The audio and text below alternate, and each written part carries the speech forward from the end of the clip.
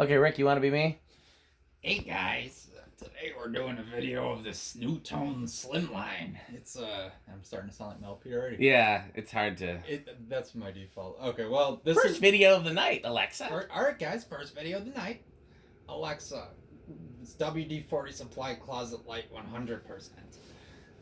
Yes, that's gonna be. I didn't find a group or device named WD-40 supply closet light. Okay. I'm glad She got the whole thing. She already knows about it. So yeah. The seed has been planted. Oh yeah. So anyhow, this is. Go ahead, Rick. So the one interesting thing about this one that I'm hearing is that it's a cast motor, which for that I think only you're telling me that only the early Slimlines were like that. No, most of them were in my. I don't know for sure, but so most of them were cast motor of the Slimline ones. Mm. Okay, let me go over the Slimline timeline. Yeah, so the first ones had a cast motor and a bell canopy. Then they went to cast motor and the recalled ball socket.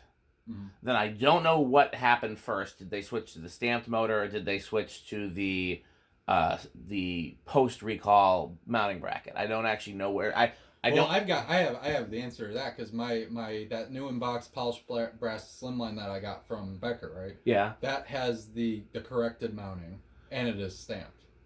Well, that doesn't answer the question because we don't know which they switched first, the mounting bracket or the motor. If your stamped one had a recalled mounting bracket, we would know the answer. So yeah, if somebody has either a stamped one with a recalled mounting bracket or a cast one with a post recall mounting bracket, then that would solve the mystery. Okay, but yeah, so only the very last ones before they switched to the Slimline 2 had a stamped motor, and the motors are visibly. It's just like the safer industrials, the Airmasters and stuff like that, where you really have to get up close on it to see the difference. At first glance, it looks the same. I mean, this one's from 1983 and it's cast. The one I've got's 86 and it's stamped. And the overall shape's almost the same. Yeah, I didn't know that they made these in stamped until I think it was Chandru told me. Mm. And then you take everything Chandru says with a grain of salt. But then I was like, let me go investigate and see if he's talking out his ass. And he was right, as he is most, but not all the time. This has just been a give Chandru shit weekend. I apologize. Don't apologize. He doesn't deserve it. And whoops. That was what he'd say. Whenever I'd give him shit, he'd always just say, whoops. Whoops. That was his way of saying I deserved it. Well, I did do an Abando Fresh Fan. You did do an Abando Fresh Fan. Needs a new cap, though. We'll do it again with a new cap. Yeah. Not this weekend, probably. Yeah. But yeah, when you change the cap, we'll do a new test rig video on it with a full... Yeah, anyhow. You saw Slimlines as a kid, Rick? So the only time I remember is I saw Sea Islands way more, but the Slimline, there was one place, there was a bowling alley near my grandmother's house. She still lives in that house. I think the bowling alley's been around. I haven't been back in years. But the peculiar thing about it was a mix of 36 and 52-inch ones. That's one of those waters? Yeah, sure. Keep talking. They were it was a cool install, and I think they were brown and brass. They could have been antique brass, but I'm not sure. But I thought it was interesting because all of the ones that were over... I didn't say you could have one. May I have one? No. I'm kidding. Metal peas, that's your water? No. That's Rick's water. Mine's by the gold line. The box of gold. Box of gold. Yeah. So, bowling alley. Yeah, mix of them. So it was weird because and again, it's been a long time, but it was either that they had... I think it was all 52-inch over the lanes. And they were spaced out every couple lanes, and then there was a few sparse 36 ones up over the walkway. It was a really odd install. That seems really cool. No, and it's super. It was a super old. And you said it's not there anymore, or no, it's still there. I don't know if it's been remodeled because I haven't been there in like 10 years. Where is the place? Lowell, Indiana. Oh, it's worth a road trip. It's not. It's only maybe an hour from Chicago. It's about an hour. Go there, see your grandma, film some fans, maybe hit some restores, get some cool Craigslist finds. Yeah. And if I remember right, there were a couple random huggers mixed in as well that were probably replacements, but the majority of the Nutones were still there. So it reminds me of my childhood veranda install, which had 36-inch ones over the bar and then 52-inch ones in the banquet room. Mm-hmm. But I saw verandas a lot of places. I saw Slimlines a lot of places. My same aunt and uncle that had the gold line in their kitchen, the brown 36-inch gold line that now hangs at the shop, had in the dining room a 52-inch brown and brass Slimline with like a Tiffany shade on it, like a stained glass shade, and it had a pull chain in the canopy for reasons that to this day don't understand why you would do that, because... Wait, and which fan was that? Slimline. Yeah, Slimline? Yeah, like why? You can the fan already has a pull chain, Oh, wow, I don't and if you needed a separate pull chain for the light. But yeah, there was a pull chain coming out of the canopy. Only thing I can think of is maybe they had a light fitter with no pull chain, and that was what somebody's solution was, rather than just adding a pull chain to. I don't know. I never understood as a kid. They removed it when I was very young, and then later years I asked them about it, and they were like, "We never had a fan in the dining room." And I was like, "No, you did." But people don't pay attention to fans the way that we do. But yeah, I saw them a lot of places. The YMCA had a white and brass 52-inch over the stairwell that I always assumed was an industrial with like 3 metal blades. Until one time the power went out when we were there, and I saw that it was 4 wood blades. That was I don't know if it was cast or stamped, but it had the ball socket. And for the record, this one has the corrected, or it's the original style, but it has the extra brace on the bottom. Correct. Although I'm using this with just a generic mounting bracket. If you were using the extra mounting bracket, this would be the recalled. The recalled, but it's with the adapter. With the recall clip. Right. And yeah, then I saw 36-inch ones as a kid too. I can't remember where they were a big part of my childhood. And when I first started collecting, I was like, I don't care for those because they don't have a lower canopy. The switch housing's too big, whatever. And I was just telling Rick earlier that as I get older, I'm like, I really like Slimlines. I think the thing I like them is I think they're the perfect mid-century fan. Like if you've got a mid-century modern house and you're trying to find a vintage fan that fits it, you don't want, hopefully you don't want to do what most mid-century people do, which is they get like a Beverly Hills fan company, modern fan company, or maybe like a Fanimation Zonix. Something that's made to look minimalist, but it's very modern. Yeah. I hate that. I know that they think it looks period correct, but it doesn't. No, you need something. Period correct would actually be a round nose or a Hunter R52, but those look more traditional than they would like. A blender fan, I think, looks period correct. The funny thing is I it's been more than once I've seen a Slimline for sale somewhere and they say mid-century fan. It just looks like a lot of people think they legitimately are mid-century. They have the right lines for it, especially if you don't have a light or you have a more mid-century looking light. This one with the leaded glass kind of brings it more into a very 70s 80s aesthetic. And to me the blades go really well with that 50s kind of blonde wood that was really popular. Yeah, I just think anytime I see one of these in a mid-century house, I'm like, that looks great. Yeah, no, absolutely. We'll hit the switch. Alright, so this is on factory low. And these use a transformer for speeds, which is probably my least favorite thing about them. That sucks. They're not great speeds, but that's how Nutone did it. And it's a big. It's all into the switch housing. I think that's part of the reason why the switch housing is so big. Because there's a giant transformer right there. And the capacitor. There's a lot going on in there. Yeah. 0.2. Oh, can you move the? We got move it into frame. Just come a little bit closer to the camera. A little bit more. A little bit more. A little bit more. That's actually good, but we're trying to get it so the light doesn't reflect total. Yeah. Right there. Yeah, that's good. Okay, so we're at 0.26 amps, 16 watts, power factor and half, power factor of a half. Yeah. All right. So medium.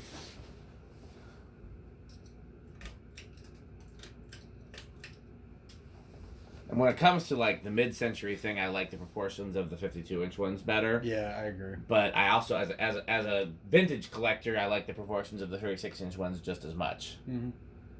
And I regret passing up some of these, and I wish I would have had more of them. It still baffled me that I opened up a Sea Island and it actually was just a Slimline in the housing, basically.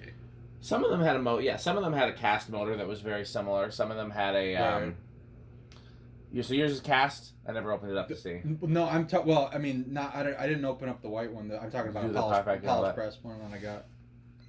So we are at 0.33 amps, 25 watts, and about 2/3 of a power factor. Power factor. Yeah, I'll take it to high. Yeah, I don't think the motors are exactly the same, but they're similar. Well, yeah, obviously the Sea Island has the provision for the drop flywheel to attach to as well. But the overall shape was very similar though. Yeah. 0.5 on high. About 50 watts and about 8.5 power factor. Yeah. Do I want to do reverse? Yeah. But you let it spin down first. How many times have I been doing this? Hit the high switch, turn the pull chain to low, and hit the reverse switch. So I said I was going to show you what this was. I might as well do that while it's spinning down. This was my Christmas gift from Skylar Tubular Tokes Skylar Strickland. This This is for testing purposes. If you want to test anything while with wire leads and you don't want to use wire nuts. So this is hot all the time. Okay. That just plugs in the wall like it is? It just plugs in the wall. Okay. And then I believe I don't want to test it with my finger, but I believe these are, no, they're not connected to anything. Yeah, this is, so you can touch this, you can touch this, you can touch anything, you're not going to get shocked. Right. And these are both dead, so you can basically connect any wire leads to it. Oh, And that's handy, yeah. yeah, and then you, so now you got power. This tells you that there's power, but the whole thing's still dead. You can touch all this, play with it, everything. You're safe. And then when you close it. Oh, well, that's what that thing was. That's Yep. a fuse, so then it closes itself in. Yep. That's okay. That's I get Here, I'll show it to the camera, or you can put it on the camera. Yeah, it's a Christmas gift from him. Here, put it on the camera. You can even open and close it so you can see. So basically, it's like a little tester for. This is how it looks when it's closed. You open it up. There's like speaker spring terminals down there. Yeah, so these are a lot like what you would see on a speaker, and then you put your leads in right here. Hot and nothing is hot. This is not hot because when this is closed right here, that closes it off. But this is what completes the circuit. I think. And that there's a fuse too. So, and the neon indicator is just telling you that the system has power, but you could do whatever you want while this is open. Right. So it's close it up, and then your wires will come out of here, and then it'll be live. So it's a really safe way to do it rather than just using a chopped up extension cord. Yeah, which is what I do usually. That's what I do too. But now I'll be using that. All right, so we're spinning down. So we can high. High switch. Yeah, low. Low reverse. Should be the same. Yeah, it's and power factor and all that should be the same. 0.25. 17. Yeah, 17 and half a power factor. Half a power factor. Yeah, I don't even know if that's the correct way to say it. I don't know if it's half a power factor or half power factor or I don't know. I just say like Pete says. Yeah, exactly. I say it like Pete says it too. Sure. I'm not sure either. It's a whole power factor. That's half a power factor. I don't know, you'd say half a bag of chips, but you wouldn't say, what wouldn't you say? 0.5 bag of chips. Right. I mean, I guess. Yeah, I don't know what's actually, statistically correct. I don't know how a power factor. I don't know what the unit of measurement is for a power factor. Probably gonna be the same. So, but according to Pete, it's power factors. Power, that's right. That's true. That is 26. So I just go with it because it sounds right. Point in about 2/3 of power factors. Yeah.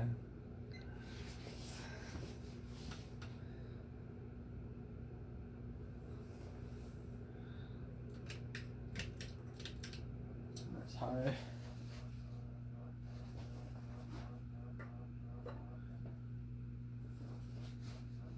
I think that canopy might be. Yeah, well, it's It's just kind of jerry-rigged. It's gonna be the same. About 50 watts and about. When it says power, when you put it on power factor, it just says PF. So maybe PF is the measurement for power factors. No, PF means power factor. I know, but look at the units on the side of the thing. Oh, that might be the actual unit. I don't know. I think they're just saying power factor, but that's something I gotta look up. Is what is the unit of measurement for power factor? I think Pete just likes saying power. Power factor. All right, so we could turn it to. Well, no, leave it on high, reverse it, and test rig. Where do you think it's gonna start in the test rig? 4. Seems like a big heavy cast motor. I'm gonna go with. I'm trying to decide between 2 and 3. I'll go with 3. I'm not gonna leave you out on an island.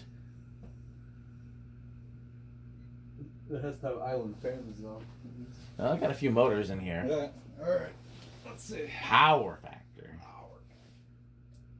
1. And it did budge, I think. 2. Should have gone with 2. Let's see if it stays. Man, okay, I'm kind of surprised by that. Big heavy cast, I would have thought it'd be more. Nope, stalled. Okay, 3. We were close. Well, I guess I am more than close. I am a winner. Go team, me. Any fans where you stayed last night? No, not at all. Although I wish I could have seen my hotel room about 30 years ago because it was very clearly built in the 70s. In fact, I bet you it probably had some kind of cool pendant light near the window because they just replaced it with some modern LED recessed fixture. But there was some kind of cool hanging light there at one time. Gotcha. I remember seeing that before. It's Alright, so I'll go up to 4. See, it's interesting seeing these on slower speeds because the factor speeds are all so... They're all around the medium range because of the transformer. Even the high usually isn't all that fast either. Yeah, Nutones are real, like, hit and miss. Like, some of them are fly on high. Even the K55 type ones. Some of them fly on high. Some of them are kind of kludgy on high. Like, it's just... They're very hit and miss. I like that. That's a nice low. I like that for this. Functional low. Yeah, that's a functional low. Move some air. Alright, 5. Cool some doorbells. Oh, yes, the doorbells at House on the Rock. House on the Rock. Doesn't sound anything like Jonas, I think but it's that's still why funny. that's why it's funny. Right. Yeah. That looks closer to the factory low right there. Yep. And that's a 5. Alright, 6. Medium low. 7.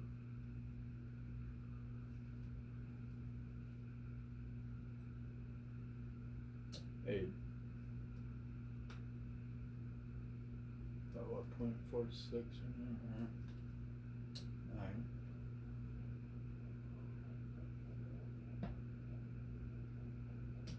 10.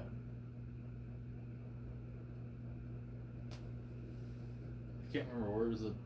We're close, but it can't be because I don't think we're that far off. do me a favor.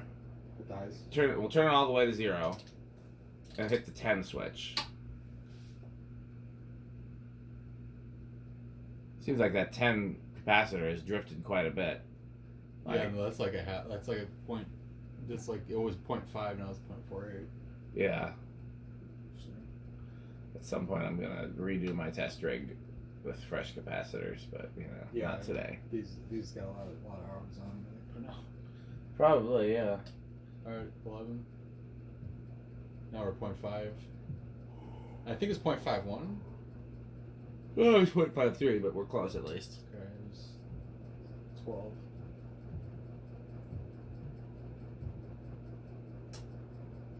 13. At the high switch, we'll see. Well, no, we're still not over. When you go to 0.53 at the high switch, when you go over 0.52 at the high switch. Okay, there's 0.53. So you hit the high switch and let's see. Oh yeah, it's definitely over. I can hear the difference. Oh, it dropped. Wait, are we sure it's on high? I thought it was drawing 0.5 something on high. I thought it was too. Okay. Should we shut it off and double check? You can double check, yeah. It's very curious.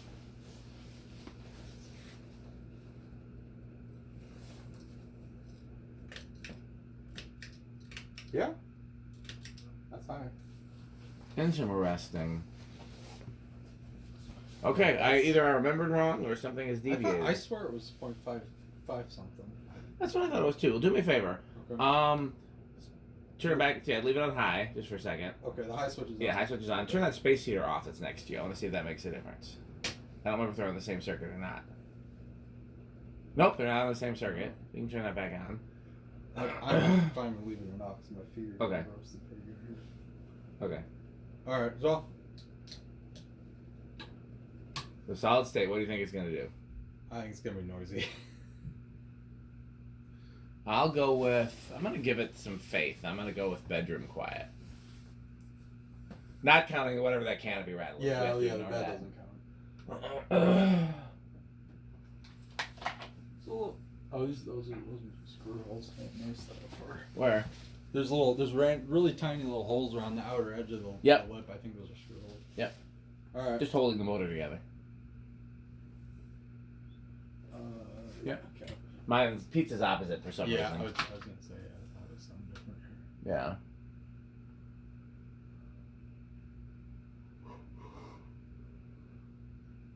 The funny thing is a lot of the childhood Nutone installs that I saw actually were on some sort of. I think they were on solid state, but then again, I guess I'm thinking of a specific bowling alley. All the pull chains were set to different things, like they were all over the place. So you got this really hodgepodge of speeds. It's doing a lot better than I would have thought. Yeah, I mean, I'm not hearing anything. No, I'm hearing a little, so I think I want it with bedroom quiet.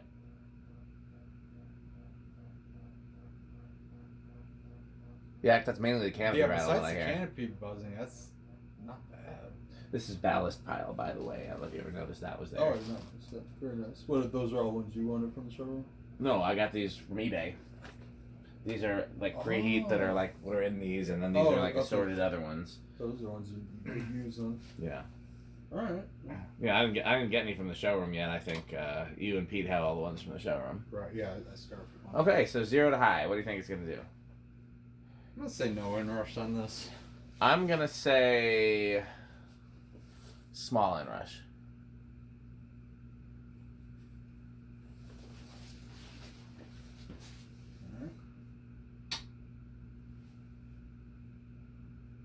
Right. 0.53. So we went down. So depending on how far down it goes, it's definitely. Well, it's not something. That's why I guess I thought 0.53. I must have seen that at one point when we switched it to high. Yeah, that could have been. And then not realized that it dropped.